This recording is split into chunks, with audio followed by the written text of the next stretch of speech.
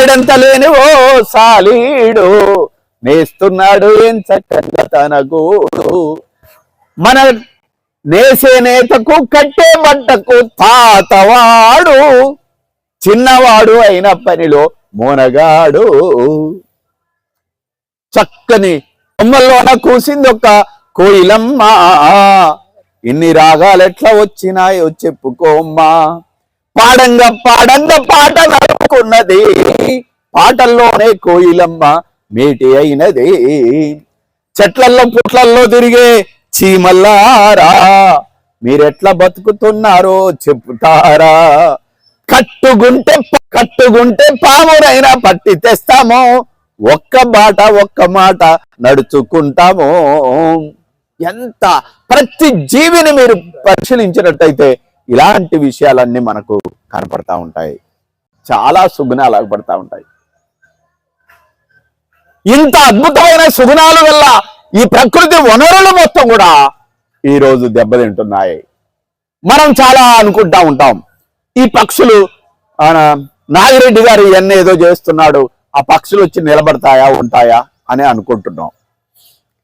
కానీ మానవ జీవితంలో పక్షుల యొక్క పాత్ర ఎంత గొప్పది అంటే, ఒక భర్త ఒక భార్య మన చుట్టూ ఉన్న జీవరాశి ఎంత అద్భుతంగా జీవిస్తూ ఉంటుంది.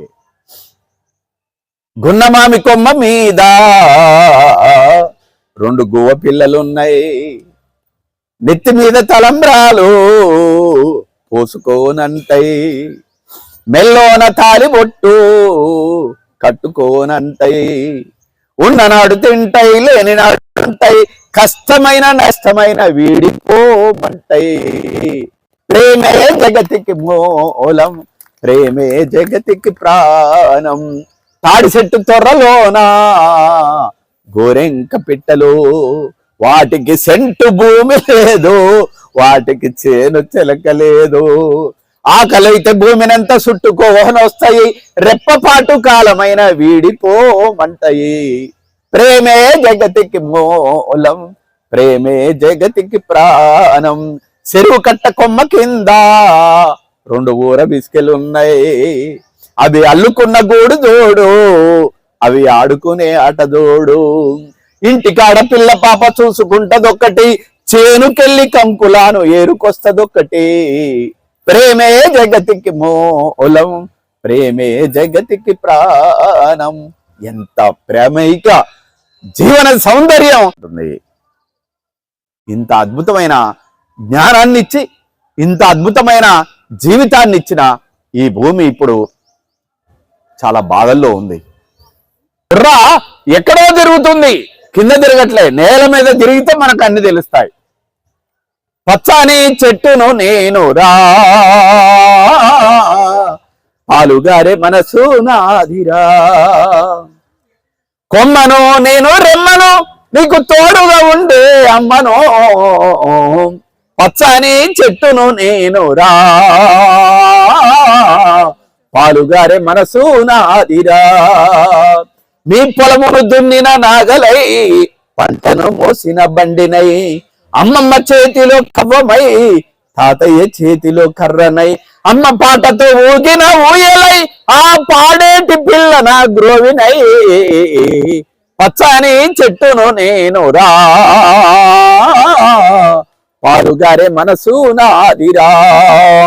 నింగి మబ్బుల్ని వానగా మలిసినం, చేను చిలకల్ని నీళ్లతో దడిపినం, చెడ్డ గాలి పిలిచి మంచి విడిసినం, మీకు ప్రాణవాయువుల్ని పోసినం. మీరు కనువిందు చేసిన పువ్వులం, మీ కడుపాకలి తీర్చే పండులో.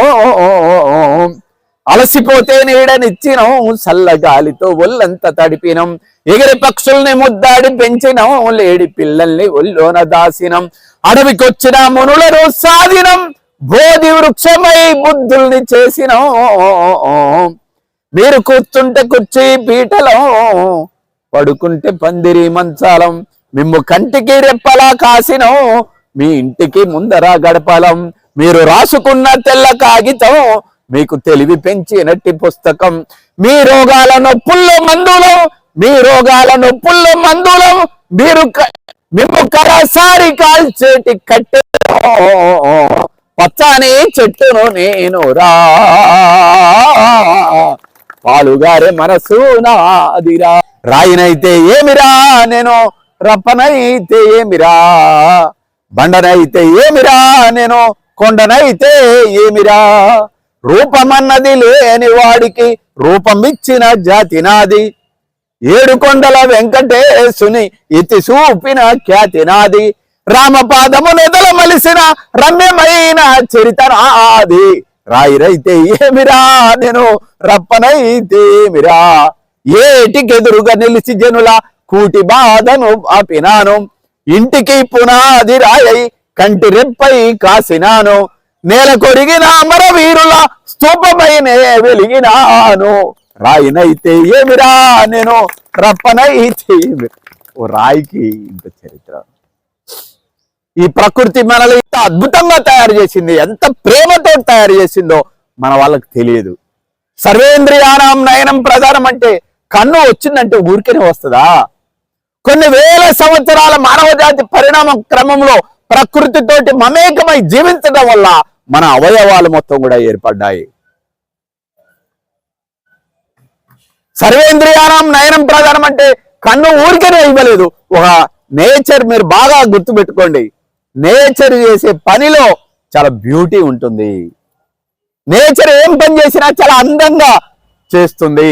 గడ్డి పువ్వు పూసినా చాలా అందంగా పూస్తుంది. నేచర్ చేసే పనిలో క్రియేటివిటీ ఉంటుంది. క్రియేటివిటీ లేకుండా నేచర్ ఏం పని చేయదు. నిన్నటి పుష్పం ఈరోజు పిందెగా మారుతుంది. నేచర్ చేసే పనిలో ఓ పర్పస్ ఉంటుంది. తన జాతిని అభివృద్ధి చేసుకుంటుంది.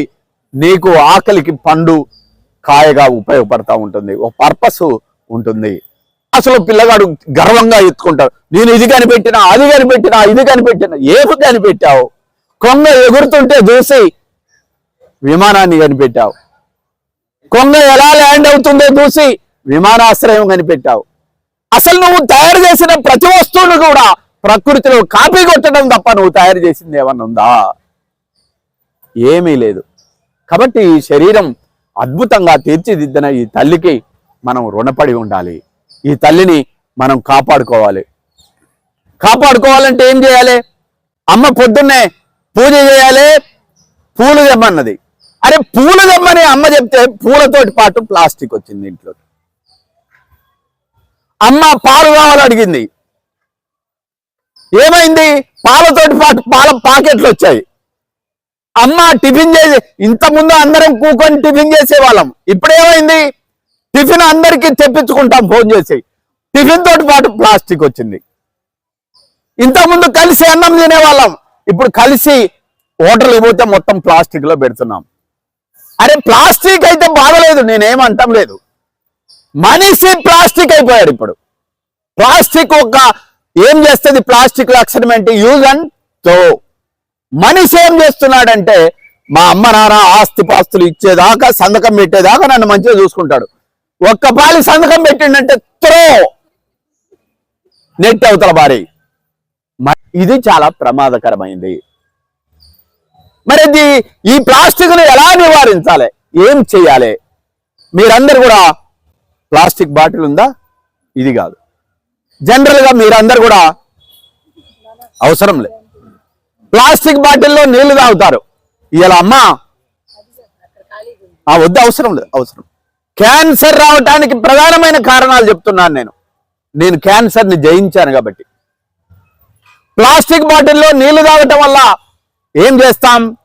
ప్లాస్టిక్ అణువులు ఉంటాయి, నానో టెక్నాలజీ కూడా దొరకని అణువులు ఉంటాయి.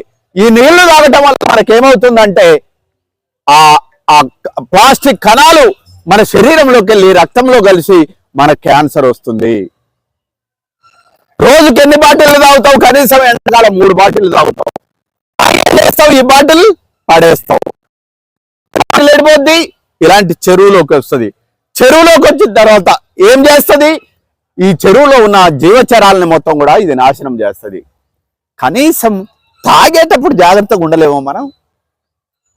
నీళ్లు తాగేటప్పుడు జాగ్రత్తగా ఉండలేమో మనం తాగేటప్పుడు జాగ్రత్తగా లేకపోవడం వల్ల ఇలాంటి ప్రమాదం ఈ భూమికి వస్తుంది. మరి క్యాన్సర్ మనకు వస్తుంది. మరి మీరైతే ఏం చేస్తారు సార్? అది నేను ఈ బాటిల్ పడేస్తానా? పడేయను. రోజుకు 3 సార్లు తాగినా కానీ చక్కగా ఇంటికా నుంచి చక్కగా నీళ్లు తెచ్చుకుంటాను. ఇందులో తాగే వాటర్ ఏదైతుందో అది మినరల్ వాటర్ అని పెట్టుబడిదారులు చెప్తారు. అది మినరల్ వాటర్ కాదు, మినరల్ వాటర్. ఆ వాటర్ కనుక 3 నెలలు తాగినామంటే నీ మోకాళ్ళు మోచేతులు అరిగిపోతాయి మొత్తం. యోగా మెడిటేషన్ ఏం చేసినా రావు నీకు. కాబట్టి నేను ఇంటికాడ మా ఆవిడ బ్రహ్మాండంగా, నేను చలికాలం అయితే వేడి నీళ్ళు, ఎండాకాలం అయితే చల్లని నీళ్ళు పెడుతుంది. ఈ బాటిల్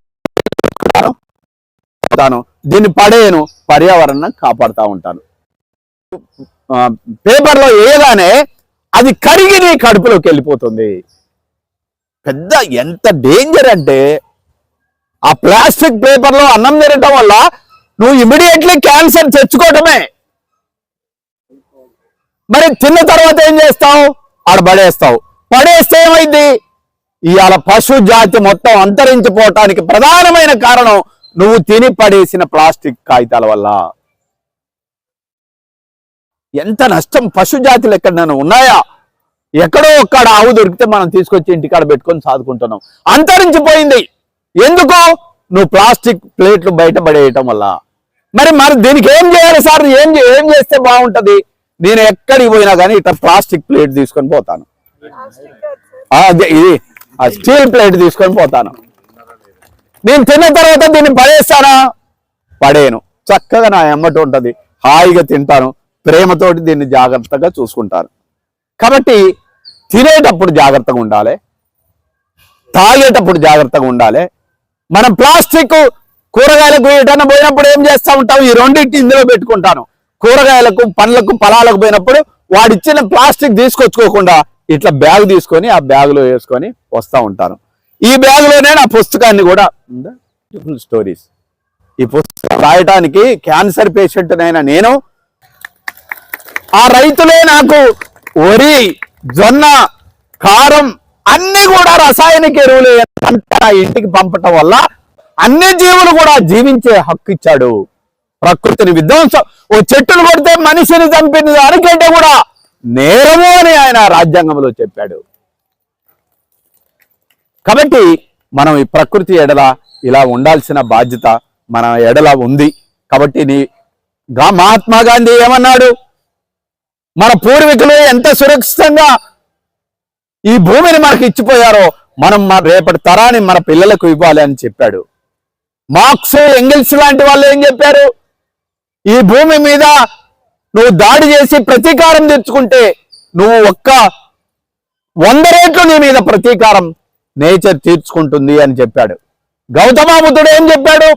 ప్రకృతిని ప్రేమించాలి, ప్రకృతిలోని జీవరాశుల్ని ప్రేమించాలని చెప్పాడు. ఇలా భూమి మీద పుట్టిన చాలా మంది కూడా ఇంత అద్భుతమైన విషయాలు చెప్తే మనం వినలేదు. తద్వారా ఇవాళ భూమి అంతరించిపోయే పరిస్థితి వచ్చేది. ఐన్స్టీన్ ఏం చెప్పాడు? ఏ రోజైతే తేనెటీగలు అంతరించిపోతాయో ఆ రోజే మానవాళి అంతరించిపోతుందని చెప్పాడు. తేనెటీగలు ఉన్నాయా? లేవు, అంతరించిపోయాయి. హరిత విప్లవం పేరుతోటి రైతులకు మొత్తం కూడా ఈ పెట్టుబడిదారులు రసాయనిక ఎరువులు ఇవ్వటం వల్ల భూమి, రసాయనిక ఎరువులు వేయటం వల్ల భూమి చచ్చిపోయింది. మరి మళ్ళా ఎరువు వేస్తే తప్ప భూమి పండట్లేదు. చచ్చిపోయిన భూమి ఏం పండుద్ది? తద్వారా ఏమైంది? గిట్టుబాటు రాక రైతు చచ్చిపోయాడు. ఇప్పుడు పరిస్థితి ఏంటంటే అలాంటి రసాయనిక ఎరువులు వేయటం వల్ల ఆ వచ్చే పంట ఏదైతుందో విషతుల్యమైన పంట, చిన్న వైరస్ వచ్చినా మనం ఆ పంట తినటం వల్ల మనం చచ్చిపోతున్నాం. ఇవాళ చాలా మంది పిల్లల్లో చూడండి, 40 సంవత్సరాలు వచ్చినా వాడు పెళ్లి వద్దంటాడు. 50 సంవత్సరాలు వచ్చిన తర్వాత వాడికి స్త్రీ పురుషుల మధ్య ఉన్న ఎమోషనల్స్ ఏవి ఉండట్లేదు. వాడు పోని పిల్లల్ని కంటే వాడి జన్మ స్థానాలలో మొత్తం కూడా ప్లాస్టిక్ అణువులు చేరి నాసిరకం పిల్లలు పుట్టి వాడు పుట్టడమే అనేక జబ్బులతో పుడుతున్నాడు.